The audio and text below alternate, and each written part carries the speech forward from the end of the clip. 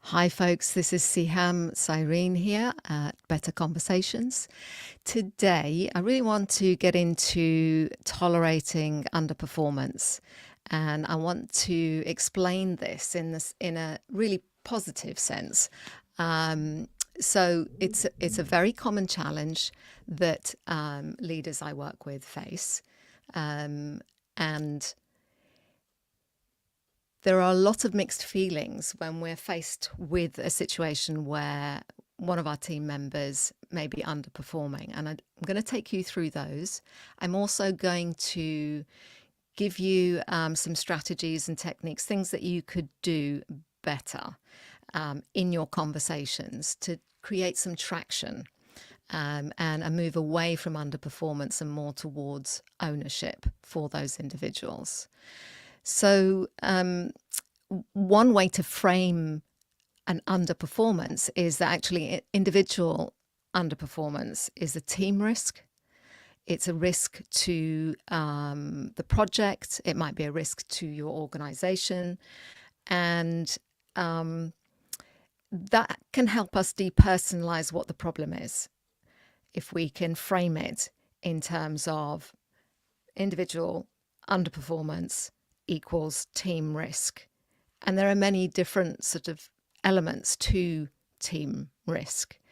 And these trust, culture, and reputation are just three of them. So trust between ourselves and the individual who's underperforming, between ourselves and the rest of the team, between the individual and the rest of the team.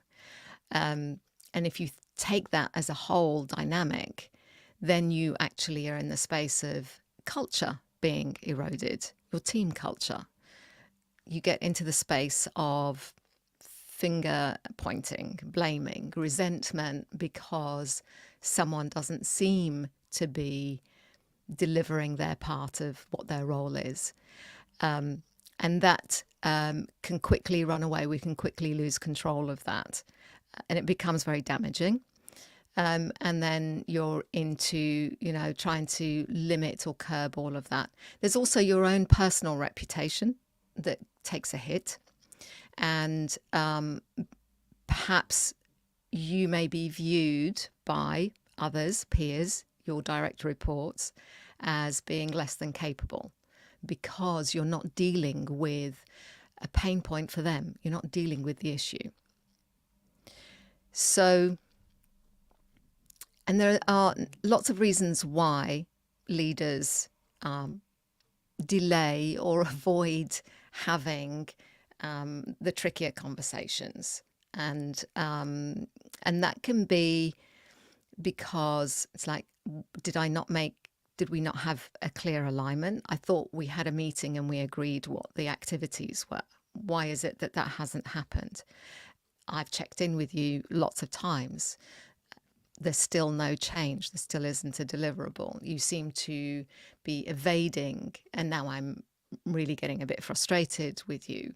But equally, what did I not make clear? Maybe there's a part that I played in this that I'm not clear about, and I don't understand. It's really quite perplexing sometimes.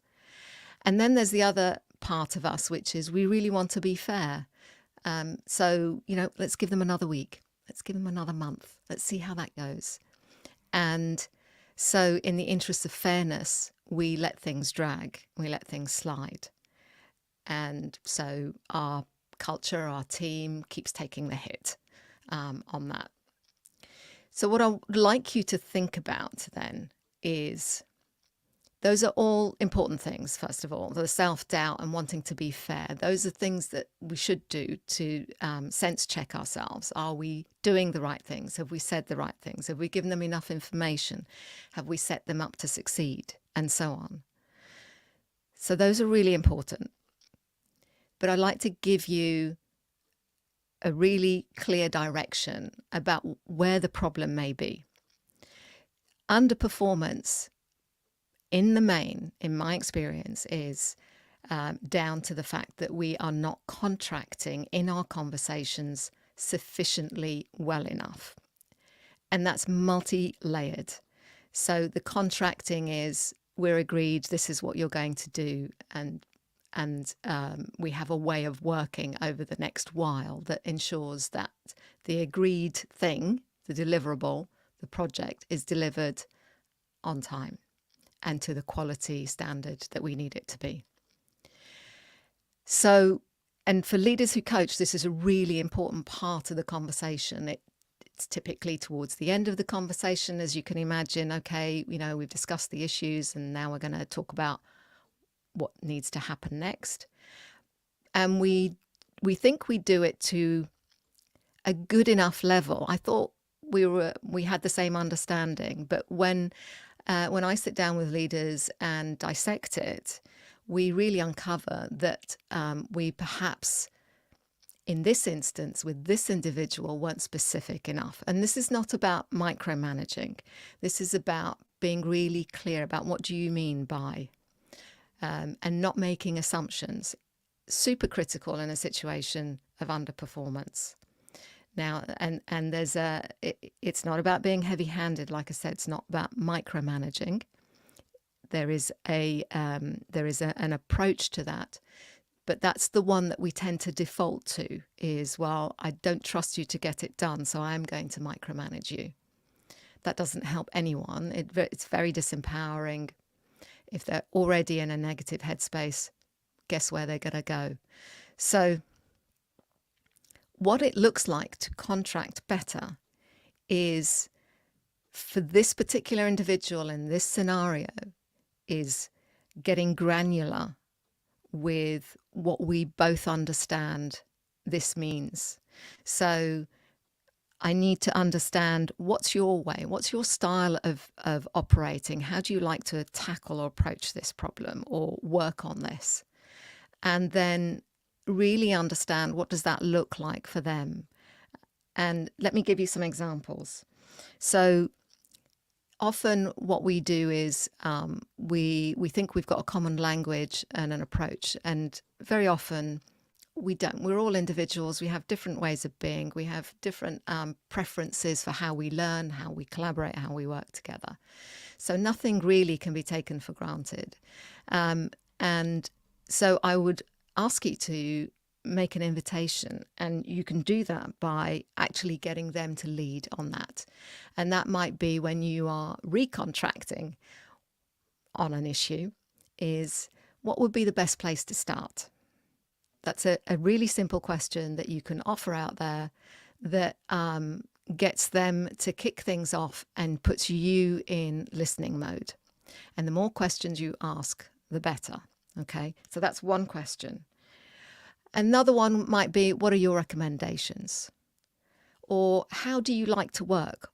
How would you like to tackle this issue? Where are we getting stuck here? What is it that I could provide you with? What's missing?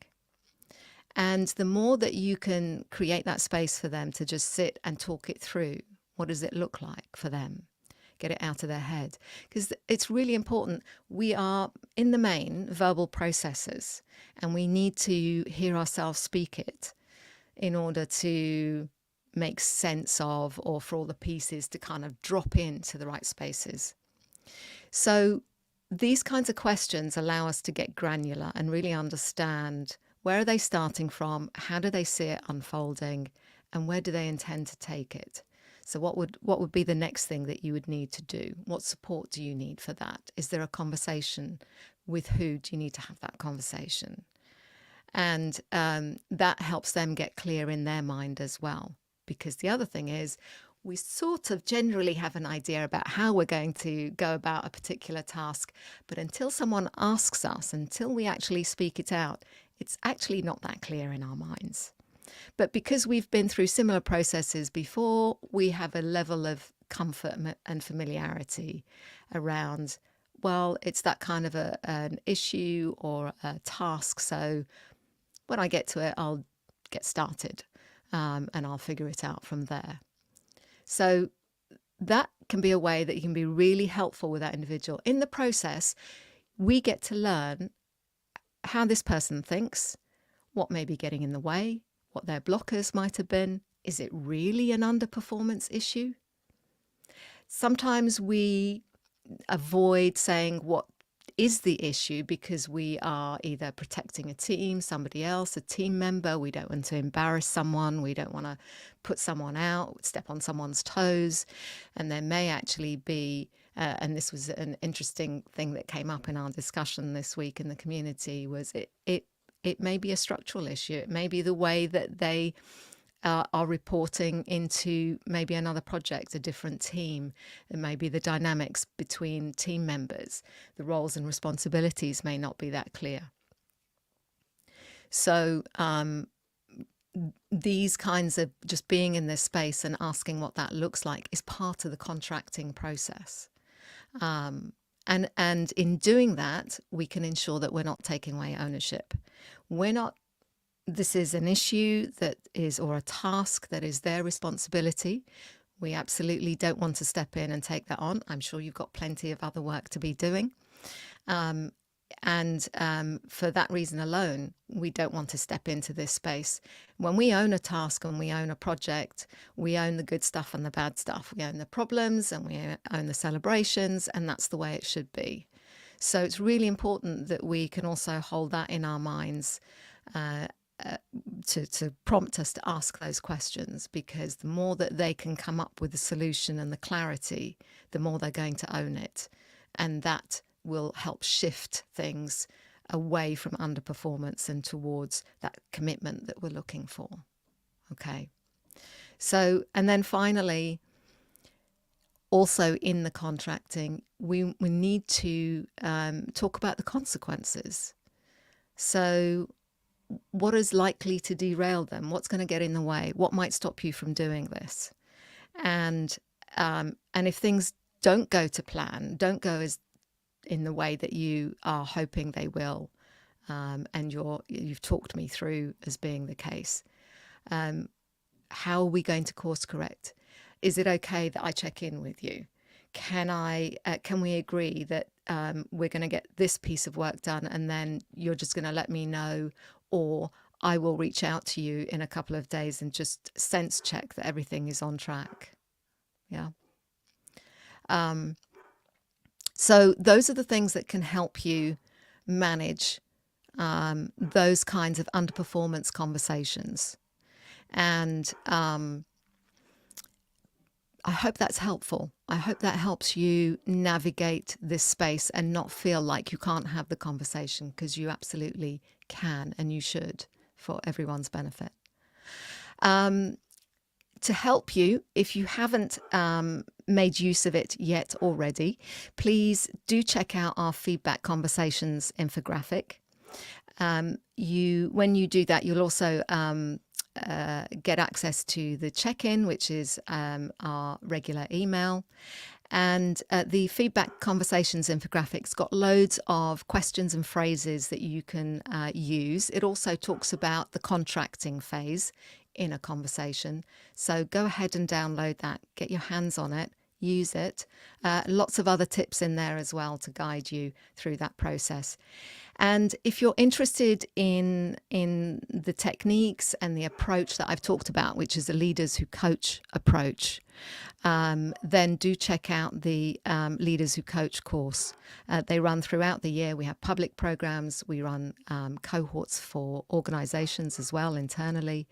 And it really helps to embed coach leadership skills, improves our ability to have these really important conversations. So do check that out as well. And finally, our podcast is up and running again. So and what you'll find there is the recording from these live sessions will be in each episode there, and they are on you'll find them on whichever is your preferred podcast platform. You'll find us there. So I hope you'll subscribe and follow us there. If you liked this video, please do give it a thumbs up, share it, follow me, connect with me. I'm really happy to answer questions, put any points in the discussion or comments, and I'd be happy to get back to you on that. Until next week, I hope you have a brilliant couple of days and some wonderful conversations ahead.